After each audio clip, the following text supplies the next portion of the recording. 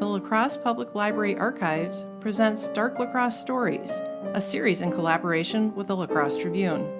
Dark La Crosse is a suite of programs that feature the seedier side of La Crosse history and also include a downtown walking tour, a trolley tour, and an annual stage production with new content each year.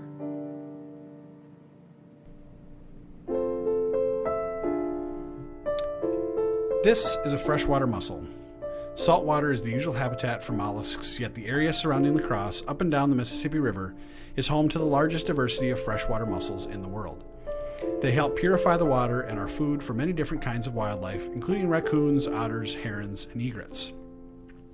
For the native peoples who populated this area before European settlement, freshwater mussels were an important food source. From the harvested shells, they also constructed tools and utensils. A German immigrant named Johann Friedrich Beppel arrived in the Muscatine, Iowa area in 1891, anxious to find the perfect native mussel that closely matched its cousins in Europe. He found them in abundance in the Mississippi River and set up shop. Using tubular saws, round blanks could be cut from the thick shells. The blanks would then be ground to a standard thickness and then faced, drilled, and polished to produce a button. With the invention in 1904 of large machines that could standardize button cutting, drill buttonholes, and carve a design onto the face of the button, the production of buttons from freshwater mussels in the late 1800s would balloon into a multi-million-dollar industry. The button industry led to the endangerment and extinction of about 70% of North America's native mussel population within 50 years. It also led to child labor, unfair business practices, unrest among skilled workers, and corruption among owners and management. And that eventually led to murder. My name is Matt Ruskin, and I was one of the best cutters in the business. I worked for the Wisconsin Pearl Button Company here in La Crosse. The company started in 1900 with 50 employees. Within 2 years, we had 225 employees and had cut buttons from 1,400 tons of shells. Yeah, business was booming. Cutting is not an easy job. It takes a lot of training and practice because the shells can have different thicknesses and surface areas. You have to be efficient and waste as little of the shell as you can. You can't just pull any Tom, Dick, or Harry off the street and produce the number of buttons that we were churning out. All of the cutters, including me, couldn't figure it. We were turning out buttons by the ton, and yet our paychecks never reflected it. You see, we were paid by the gross weight of our buttons, but none of us were allowed to watch our buttons go on the scale. Everyone felt we were getting the short end of the stick. Management. Bunch of hornswogglers, if you ask me. Never trusted those fat cats. All the cutters were fed up with it. I was fed up with it. Tensions were already high after the news of what was happening in Muscatine, Iowa, the pearl button capital of the world. There had been several strikes down there. Most would be settled within a week, but one work stoppage lasted 61 days. It all added to the tension. By this time, button workers were starting to get organized enough to take on the factory owners. Yeah, tensions were peaking. The first part of June in 1910, management introduced this ratbag, John Sturdier, as the new superintendent of our factory. He was on the job for 1 week. 1 week. And he hands me a paycheck for $11.09. I thought it was some kind of damn joke. $11.09? I figured my check. I wasn't some moron from New York or wherever the hell Sturdier came from. I knew for a fact that my paycheck should have been $14 on the nose. 14, not 11 and some change. I had had it.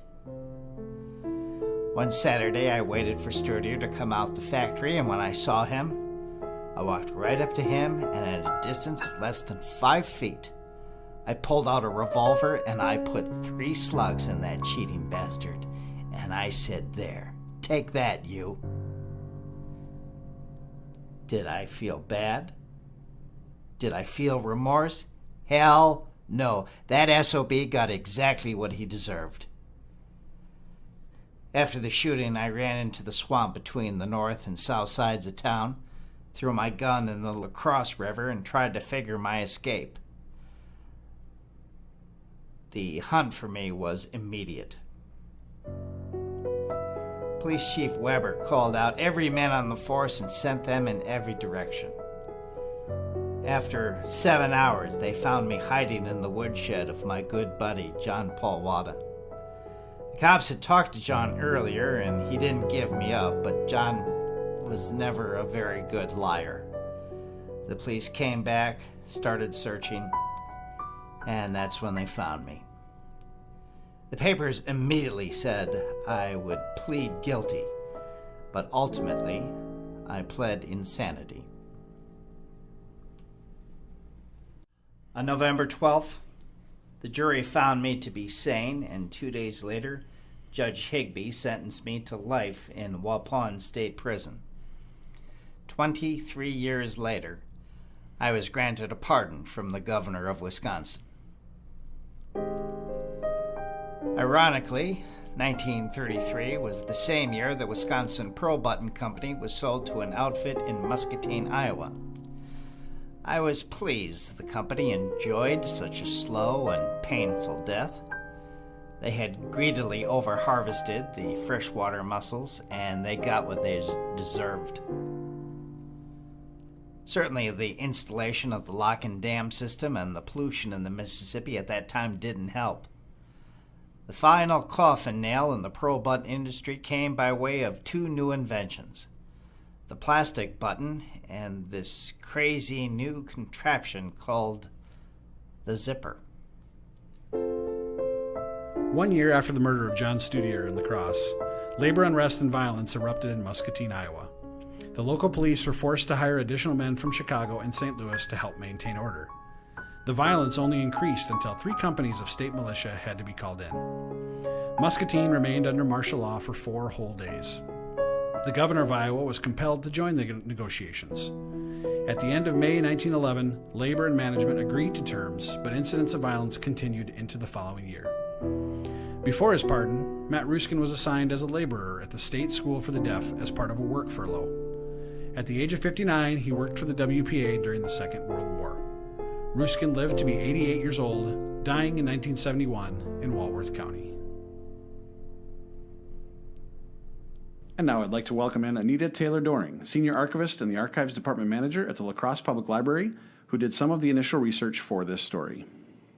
As mentioned in this episode, Muscatine, Iowa was the pearl button capital at the turn of the century and was home to many factories that made buttons from the shells of freshwater mussels harvested from the Mississippi River.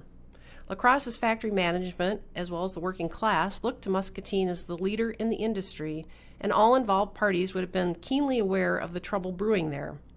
A 21st century knowledge of work safety is not needed to understand that the working conditions were clearly dangerous and unhealthy. Ironically, the Wisconsin Pearl Button owner, D.W. McWillie, seemed to think he treated his workers fairly and that they would not organize in his factory. The murder of John Sturdier, the factory's superintendent in 1910, came near the beginning of this tumultuous and long battle between owners and workers. In April 1911, La Crosse Tribune article stated 800 women workers walked out of their jobs and effectively shut down the pearl button factories in Muscatine. But McWillie remained confident and commented, "There is no talk of a strike here. We treat our girls at the La Crosse plant right. We are satisfied with their work, and I believe that all of the girls are satisfied with their wages. We have heard no talk of a button workers' strike here, and I think it will not affect our plant." Clearly, he was wrong. 17 days later, the headline read, "General Walkout Declared. Nearly all of the girls at Pearl Button Works quit today." A union organizer from Chicago named Margaret Finnegan was sent to organize the button workers in La Crosse.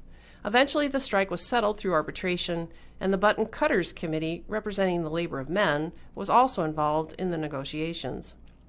An August 1912 advertisement touting the great working conditions at the Wisconsin Pearl Button Company included a line that stated, "Any differences or grievances that may arise are settled by an arbitration committee, on which committee there is an equal representation of the company and employees and a third disinterested party." During this time, in the early 20th century, women were not usually thought of as leaders and rabble-rousers in America's industries.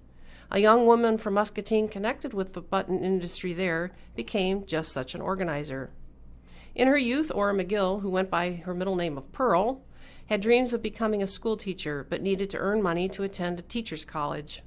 Her uncle, a button factory owner, hired her as an industrial spy to help inform him of possible labor strife and unionization.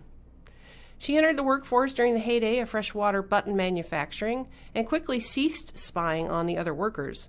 Instead, she became an advocate and union organizer. Thanks to a collection of family letters held at the Iowa Women's Archives at the University of Iowa Libraries, we know that Pearl served as recording secretary of the Button Workers Protective Union, an affiliate of the American Federation of Labor. Pearl became a strike worker for the button workers, traveling to Chicago with the Women's Trade Union League. She made speeches to local unions in industrial cities across the country, including St. Louis, New York, and Boston, to raise money to support the strikers in Muscatine. She continued to be an outspoken activist and organizer during other labor strikes, as well as in the early 1910s, and was inducted into the Iowa Labor Hall of Fame posthumously in 2006.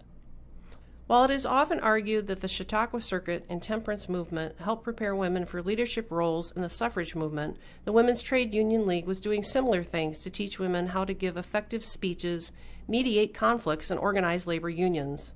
Finally fulfilling her dream of attending college in 1913, Pearl enrolled in what is now the University of Northern Iowa at Cedar Falls, obtaining a teaching certificate. She taught at a few rural schools on and off from 1913 until her untimely death in 1924. When Pearl came home from visiting a friend the evening of April 30th, 1924, someone was waiting for her.